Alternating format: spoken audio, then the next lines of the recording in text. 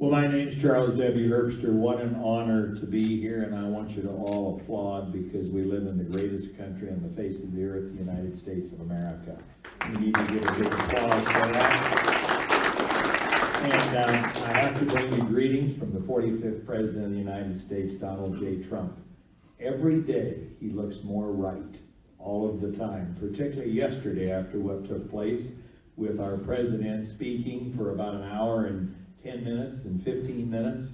I'm a farmer, rancher, businessman. I have developed entrepreneurial businesses in 45 states.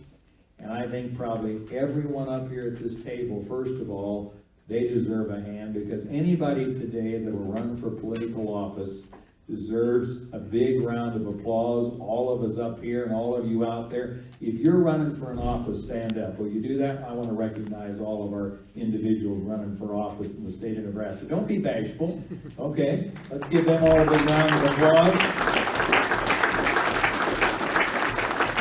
And then most importantly, let's give our veterans an applause. If you're a veteran, would you stand up? Let's give all our veterans a big applause.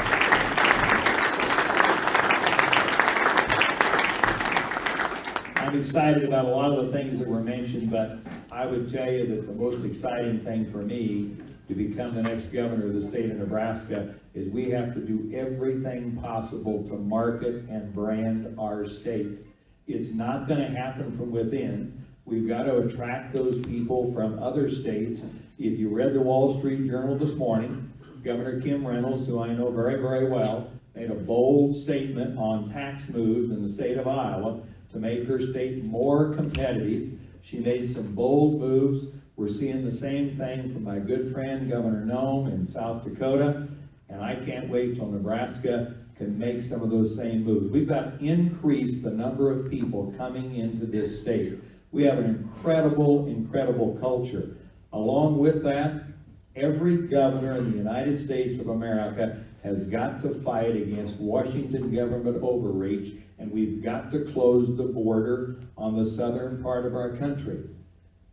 $400 million of fentanyl and drugs coming into this country every month.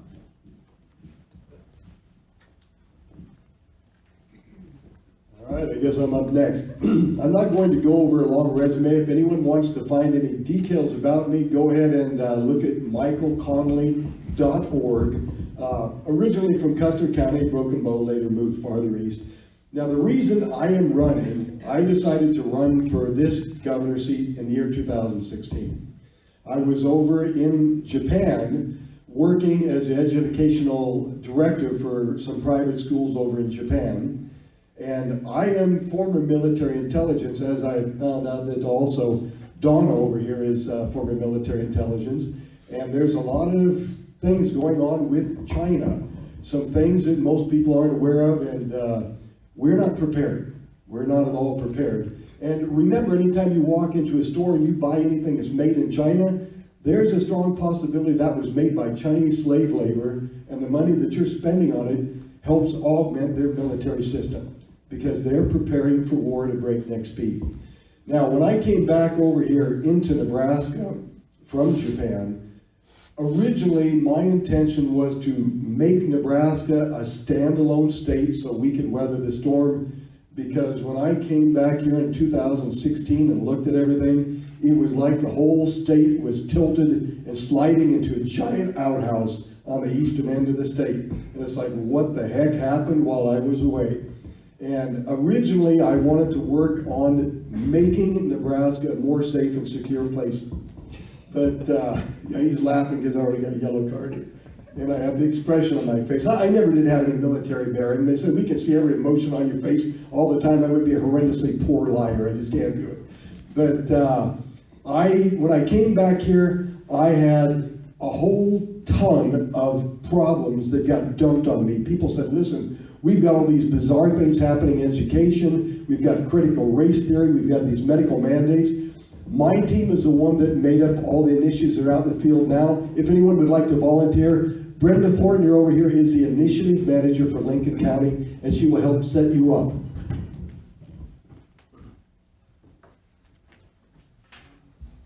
Good evening, everyone. I'm Donna Carpenter. I apologize. I'm the latest and newest one in the race. Can you all hear me? Can you see me back there? I'll stand up. Anyway, my background is quite simple. I'm ex-RC 135. Actually, you all are familiar with my history, just didn't know who was the one behind it. I was RC 135. I was part of the plane that created the 30-year war. We were the ones that created the internet. We were the ones that created GPS. We were the ones that created about everything that you touch. I am running for office because I have a background in biological, chemical, and nuclear warfare. I have a double bachelor's degree in mechanical electrical engineering. I am the only candidate that passed the bar exam without ever going to college. I am also the only candidate with any kind of law enforcement experience. I followed the RC 135 to Mildenhall, England, where I trained under MI5 and MI6. I worked largely with the UN Security Council. You can see me on Tribute to RC 135 Silent Warriors with President Bush, among other things in my history. I've been known as the Chameleon, where I was a government agent for 7 years. I'm running for office not only because I believe I am the only candidate that has a CDL and that can help move products and put products on the shelf for you guys, familiar with the trucking industry, but I'm also the only candidate here that has an alternative energy vehicle with a 99 Dodge Advanced Alternative Energy Vehicle. Not only am I the only one qualified in energy, such as nuclear warfare, nuclear physics, I'm the only one that is sitting here with an alternative energy for the environment. One of the things I believe like Michael, that Nebraska needs to stand alone, that there is a discontinuity, a big discontinuity between our government. Our government serves us. We do not serve the government. And one of the things is things that we can do for COVID. We can create new hospitals and we can use exporting energy to offset things like taxes. When last winter it was 30 below zero, they blacked out our state. Why? Because Texans weren't smart enough to put heaters on their windmills. Okay. That is actually the truth. Anyway, 2 minutes. Thank you. You'll probably hear more about me as the campaign goes on, but I am the one the movies are written about. I am the one the World Herald featured, and I was the one on the plane, among other things. You all know who I am. You've heard my story a million times in the movies. I'm the real life version of it. Thank you.